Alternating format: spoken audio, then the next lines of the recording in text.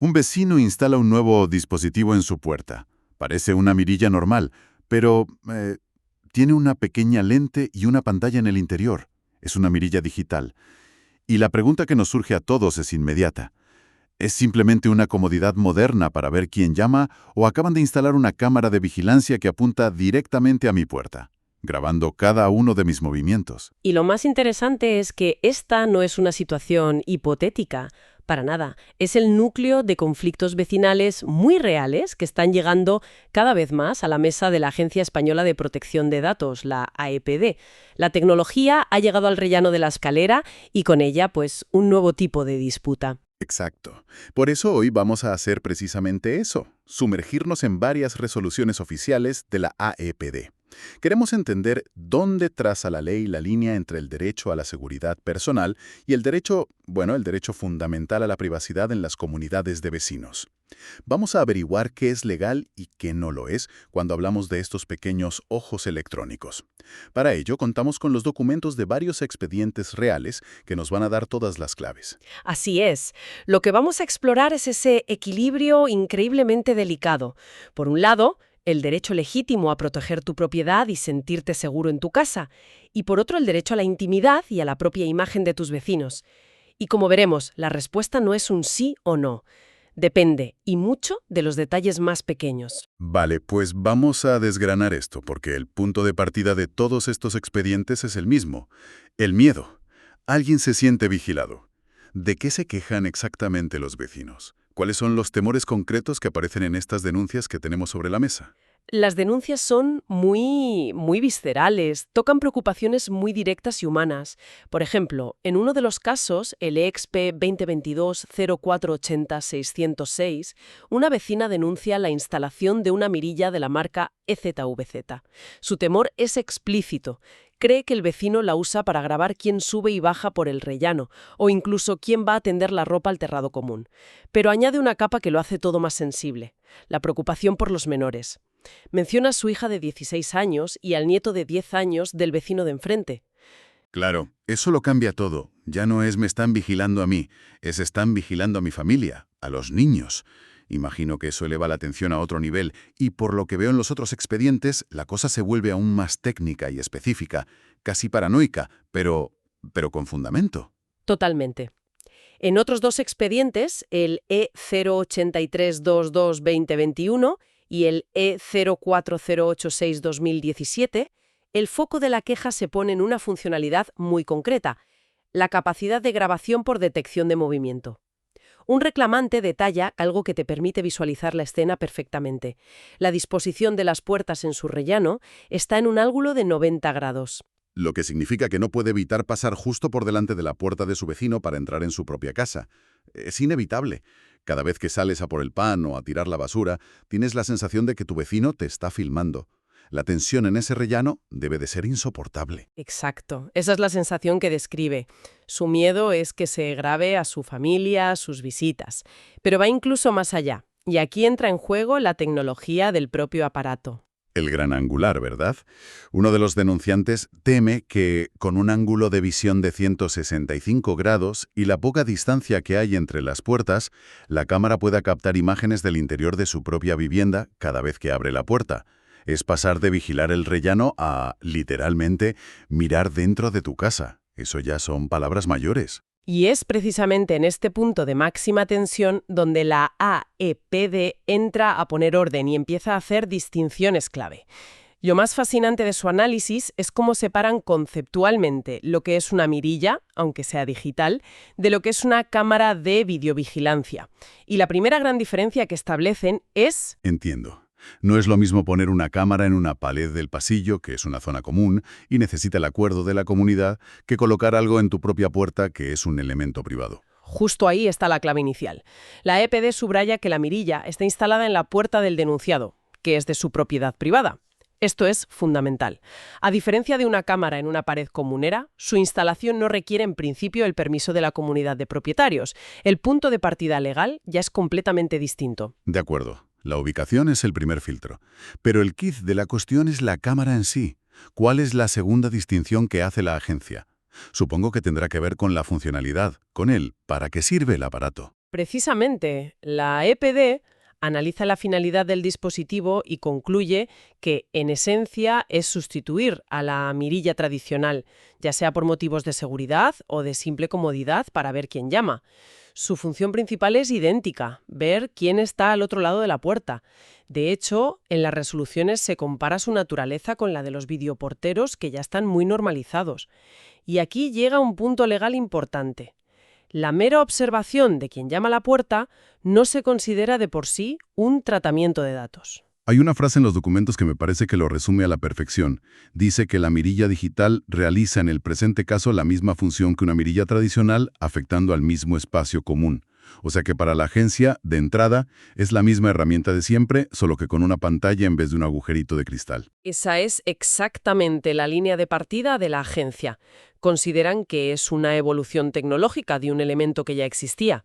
A partir de ahí, su trabajo es analizar si esa función original y legítima se ha desvirtuado o se ha excedido.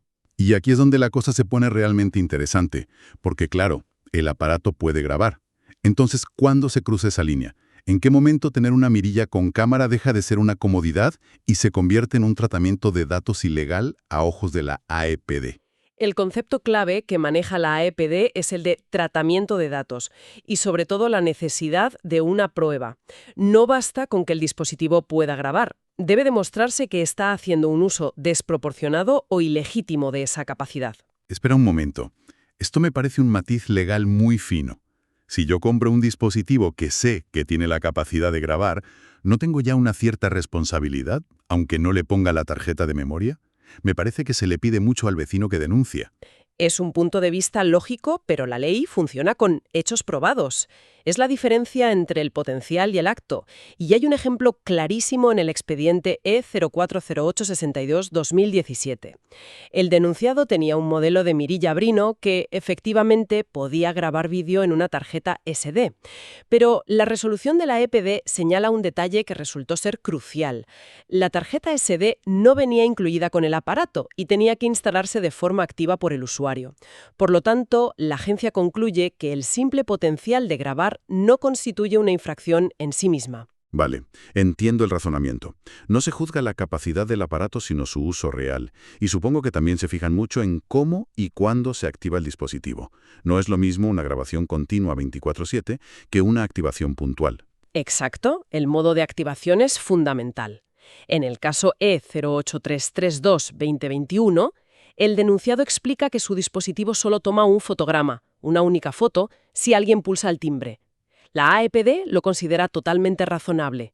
Es el equivalente digital a un registro de llamadas. En otro caso, el aparato se activaba por movimiento, lo que alarmó al denunciante. Pero el dueño alegó que esa función solo servía para encender la pantalla y ver quién había, no para iniciar una grabación. Entonces, si no puedo entrar en casa de mi vecino para comprobar si tiene una tarjeta SD metida o si el modo grabación está activado y mis sospechas no son suficientes, ¿qué pasa? ¿Cómo se resuelve esto? Aquí la EPD es muy rigurosa y aplica un principio jurídico fundamental, la presunción de inocencia. La carga de la prueba recae íntegramente sobre quien denuncia.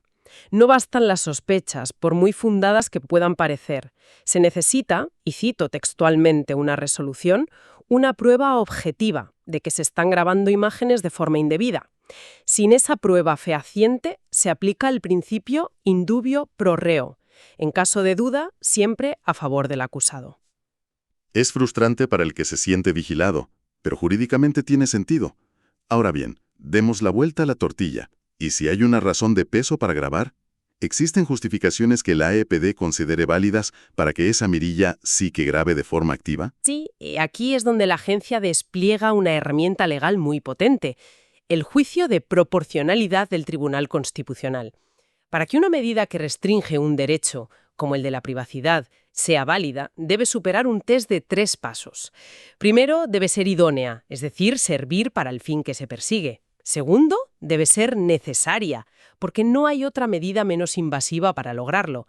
Y tercero, debe ser proporcional en sentido estricto, que los beneficios que genera superen los perjuicios. Suena complejo.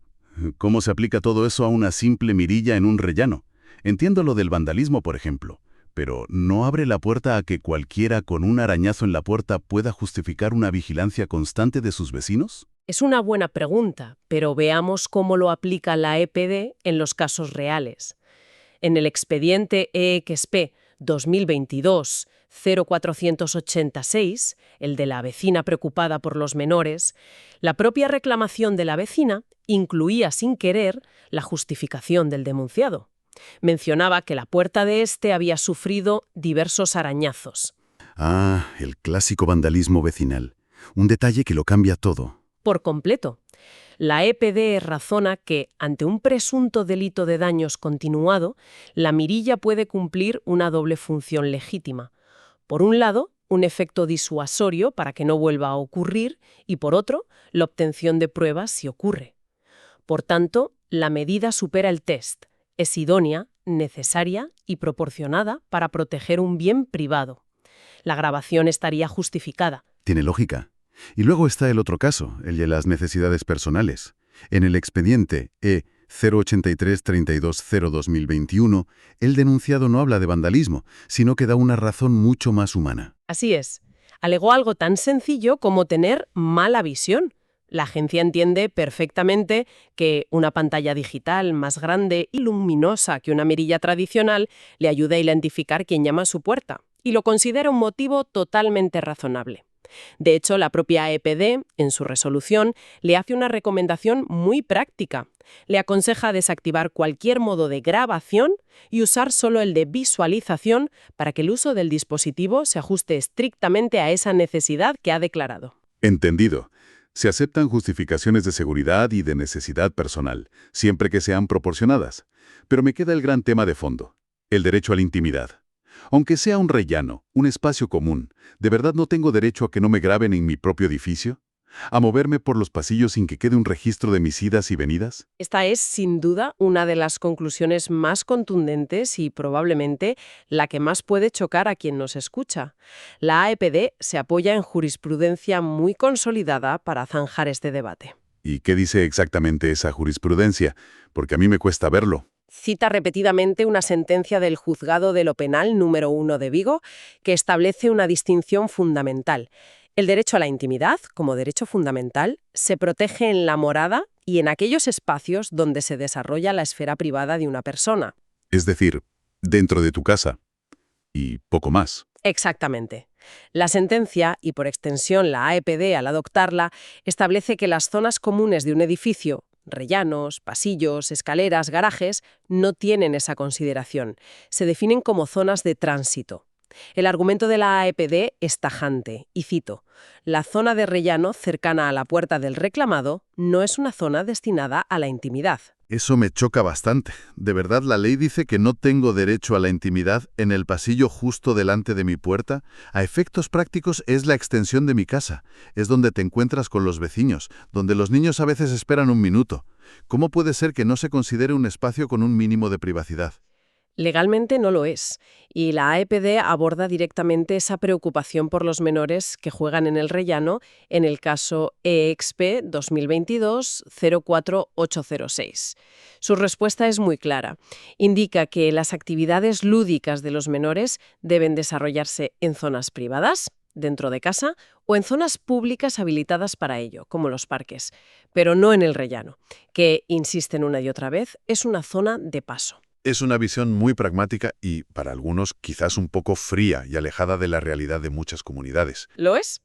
Y para rematar ese pragmatismo, hay un punto final en una de las resoluciones que es casi humorístico.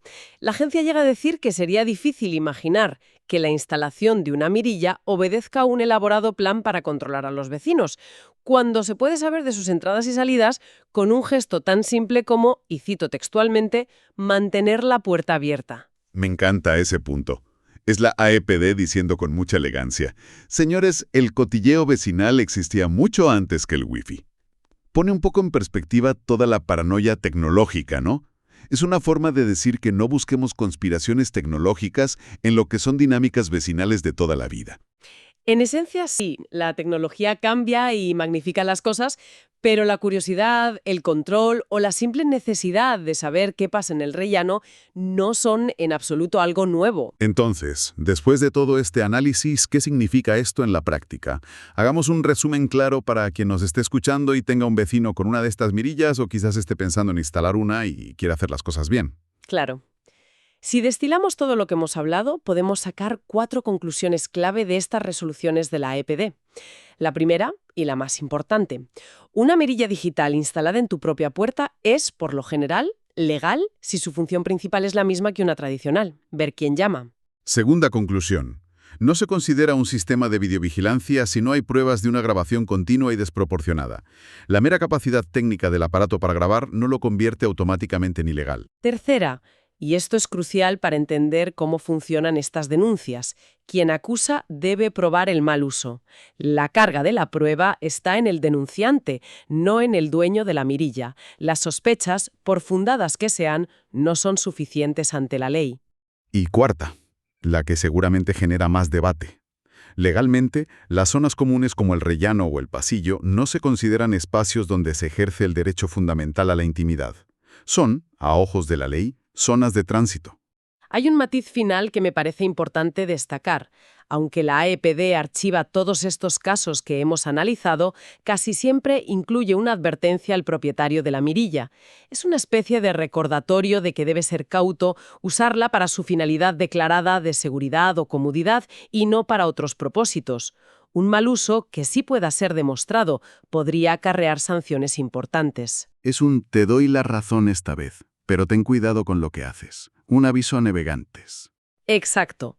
Y hay otra reflexión de fondo muy interesante que hace la propia agencia en sus escritos. Señala que estas denuncias por mirillas digitales a menudo son solo la punta del iceberg, un síntoma de conflictos de mala vecindad mucho más amplios y enquistados. De hecho, recomiendan que esas disputas se resuelvan con mínimas reglas de buena vecindad o, si no es posible, en los juzgados de lo civil, pero que la Agencia de Protección de Datos no es el campo de batalla para resolver todas las rencillas de una comunidad. Es una llamada a la responsabilidad y a la convivencia, que al final es la base de todo. Pero me gustaría terminar con una reflexión a futuro. Todas estas resoluciones se basan en la tecnología actual. Cámaras que ven y a veces graban de forma simple. Pero pensemos un poco más allá.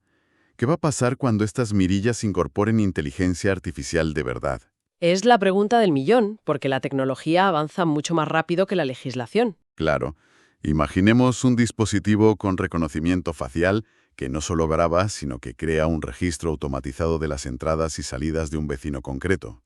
Un aparato que analiza sus rutinas, detecta patrones. La vecina del quinto ha salido 3 veces hoy, siempre a las 10 de la mañana. ¿En qué punto una herramienta que compramos para nuestra seguridad se convierte en una fuente masiva de datos que puede alterar por completo la convivencia, la confianza y el anonimato dentro de un edificio? ¿Dónde va a trazar la ley la siguiente línea en la arena?